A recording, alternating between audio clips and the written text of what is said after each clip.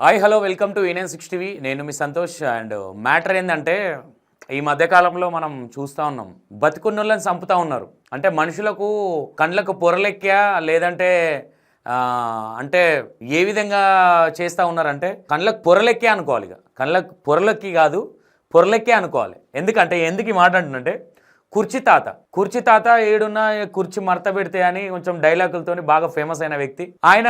నిన్న బాగా వైరల్ చేసిరు, కుర్చీ తాత చనిపోయిండు అనే విషయాన్ని చెప్పి కొంతమంది బాగా సర్క్యులేట్ చేసిరు ఈ విషయాన్ని. వాళ్ళ కుటుంబం అనే కాదు, ఎవరి కుటుంబం అయినా సరే ఎప్పుడైనా సరే అంటే నేను ఇప్పటిదాకా అన్నగా కళ్ళు పొరలెక్కినాయి అని ఎందుకు ఆ మాట అనాల్సి వస్తుందంటే మనుషులకు పోలిన మనుషులు ఉండొచ్చు, కానీ యాస్టీజ్ అనేది కాదు, ఎవరు ఏంటి అనేది.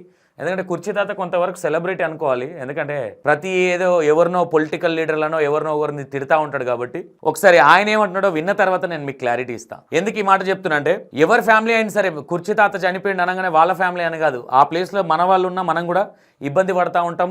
అంటే గందరగోళానికి అంటే మైండ్ సెట్ అనేది ఒక విధంగా అయిపోతూ ఉంటుంది. వీళ్ళ ఫ్యామిలీలో కూడా సేమ్ ఇట్లనే అయ్యి ఇట్లయింది అట్లయింది అని మొత్తుకొని మొత్తం మీడియాలన్నీ పోయి కుర్చీ తాత చచ్చిపోయడానికి కొంతమంది ఏనే వేసిరు ఆల్రెడీ వీడియోలు కూడా. వాళ్ళకి కౌంటర్ ఇచ్చిండు, ఒకసారి కౌంటర్ విందాం ఒకసారి.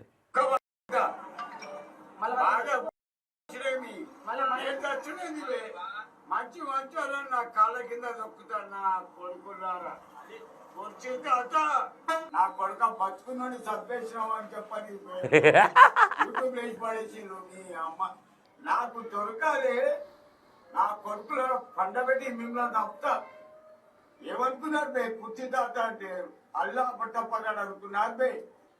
బతుకున్నాడు చంపేసినాడు, వేసిలేదురా లంచోడుకున్నాడు. నా భార్య ఏడిచి వచ్చిందా నీ తల్లి నాకు దొరుకు ఉంటా బాబాయ్.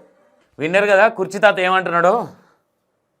కుర్చీ తాత పెళ్ళాం పిల్లలు ఏడ్చి మొరపెట్టుకొని ఉంటుంది కదా బాధ అనేది. ఎప్పుడు కానీ గుర్తుపెట్టుకోండి. అంటే ఇప్పుడు ఇది ఎక్కడ స్టార్ట్ అయిందంటే గాంధీలో ఒక వ్యక్తి చనిపోతే సేమ్ ఈ విధంగానే కుర్చీ తాత లాగానే ఉన్నాడని మరి పోలీస్ వాళ్ళు చెప్పడం జరిగిందా, ఏం జరిగింది అనేది ఈ విషయాలు తెలియదు. కానీ కుర్చీ తాత మొత్తం మీద బతికున్నోని చంపేసిరు జనాలు. మొన్నటి తీన్మార్మలన్న దాంట్లో కూడా చూసినాం, ఆమె బతుకుండగానే కొడుకు పేరు ఒకరిది, ఆమె బతుకుండగానే చంపేసిరు అనే విధంగా డెత్ సర్టిఫికేట్ ఇచ్చారు కదా, ఆ విధంగా ఉంది ఇది. దానికి క్లారిటీ వరంగల్లో ఉన్నట్టున్నాడు కుర్చీ తాత. దానికి క్లారిటీ కూడా ఇచ్చే ప్రయత్నం చేసిండు. కుర్చీ తాత బతికే ఉన్నాడు, ఓకేనా. ఎందుకంటే ఆయన వీడియోలు కావచ్చు, చాలామంది కొంతమంది అరే కుర్చీ తాత మనోడి పేరు ఏంది ఉప్పల్ బాలు ఎంబడి ఉంటాడు, వైజాగ్ సత్య కూడా చెప్పడం ప్రముఖ ఛానల్ చెప్పిండు కుర్చీ తాత బాగానే ఉన్నాడు అది ఇది అని. అండ్ కుర్చీ తాత మంచిగా ఉన్నాడు, మంచిగా కౌంటర్ కూడా మంచిగా ఇచ్చిండు.